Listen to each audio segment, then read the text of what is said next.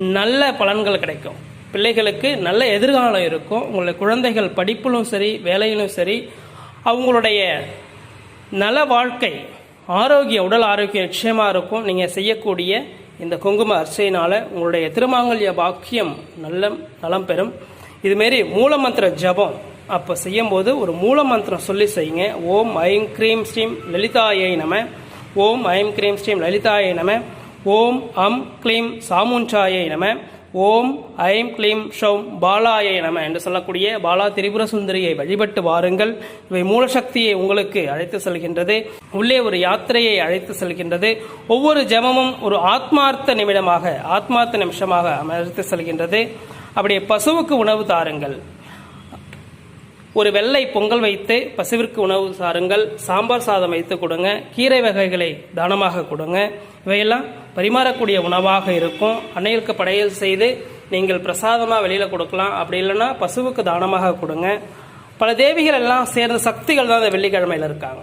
யார்? லலிதாம்பிகை, துர்கை, காளி, மாரியம்மன், மகாலட்சுமி, பாலா எல்லாம் சேர்ந்து தான் அந்த வெள்ளிக்கிழமையில் ஒரு தெய்வீக சக்தியாக, ஒரு உணர்வுபூர்வமாக இருக்கக்கூடிய ஒரு தீப ஒளியில் இருக்காங்க. நீங்கள் நிச்சயமாக இவர்களை பூஜை செய்து வாருங்கள். அப்படி லலிதாம்பிகை ஒரு தியானம், ஆனந்த ஞானம் இருக்கும். துர்கையை வழிபடக்கூடியவருக்கு பயமின்றி வாழ்வு, எதிரிகள் விலக்கிடுவாங்க. காளியை வழிபடும் போது நவகிரகங்களினுடைய பகை நீரும்.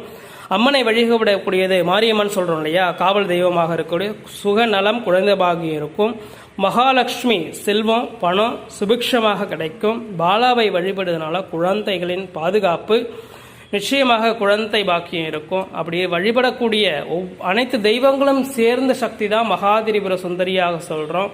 ஒவ்வொரு சக்திகள் சேர்ந்தது. அப்படி அது மட்டுமல்ல, ஒவ்வொரு தேவியினுடைய வாழ்க்கை ஒரு அம்சத்தை நிரப்புகின்றால் அவளையே நீங்கள் கற்பனை செய்தபடி நிச்சயமாக நீங்கள் தியானத்தின் மூலமாக அழைக்கலாம். அருள் தரும் தாயே என்று தியானத்தின் மூலமாக அவளை அழைக்கலாம்.